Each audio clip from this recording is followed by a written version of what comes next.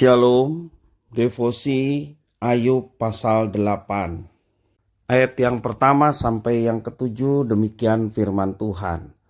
Maka berbicaralah Bildad orang Suah, berapa lama lagi engkau akan berbicara begitu, dan perkataan mulutmu seperti angin yang menderu? Masakan Allah membengkokkan keadilan? Masakan yang Maha Kuasa membengkokkan kebenaran?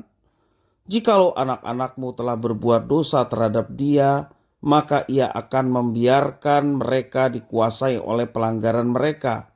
Tetapi engkau, kalau engkau mencari Allah dan memohon belas kasihan yang Maha Kuasa, kalau engkau bersih dan jujur, maka tentu Ia akan bangkit demi engkau, dan Ia akan memulihkan rumah yang adalah hakmu. Maka kedudukanmu yang dahulu akan kelihatan hina, tetapi kedudukanmu yang kemudian akan menjadi sangat mulia. Ada banyak sekali ironi yang bisa kita temukan di dalam dunia ini.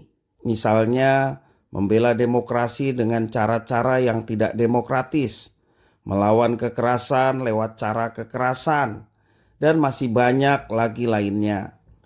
Ironi seperti inilah yang juga dilakukan oleh Bildad.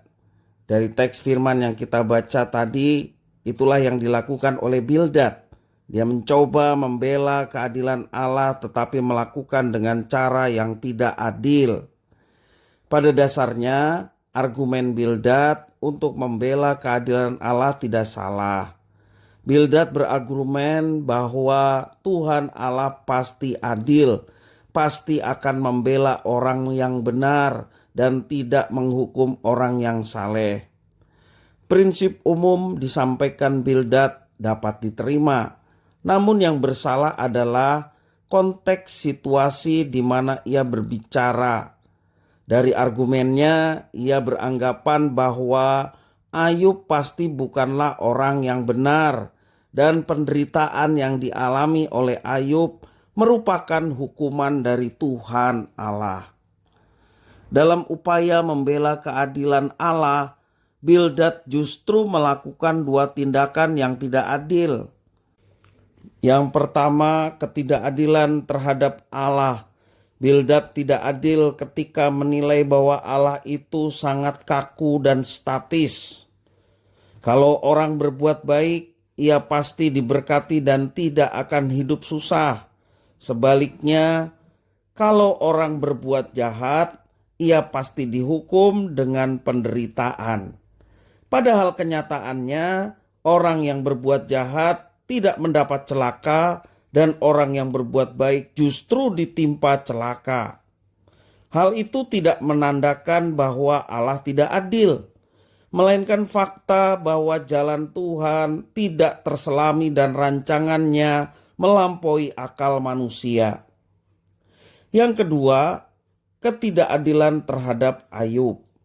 Bildad tidak adil karena menuduh bahwa Ayub tidak mendengarkan ajaran. Ayat 8-10 berbunyi demikian, bertanya-tanyalah tentang orang-orang zaman dahulu dan perhatikanlah apa yang diselidiki para nenek moyang, sebab kita, anak-anak kemarin, tidak mengetahui apa-apa. Karena hari-hari kita seperti bayang-bayang di bumi. Bukankah mereka yang harus mengajari engkau dan yang harus berbicara kepadamu dan melahirkan kata-kata dari akal budi mereka?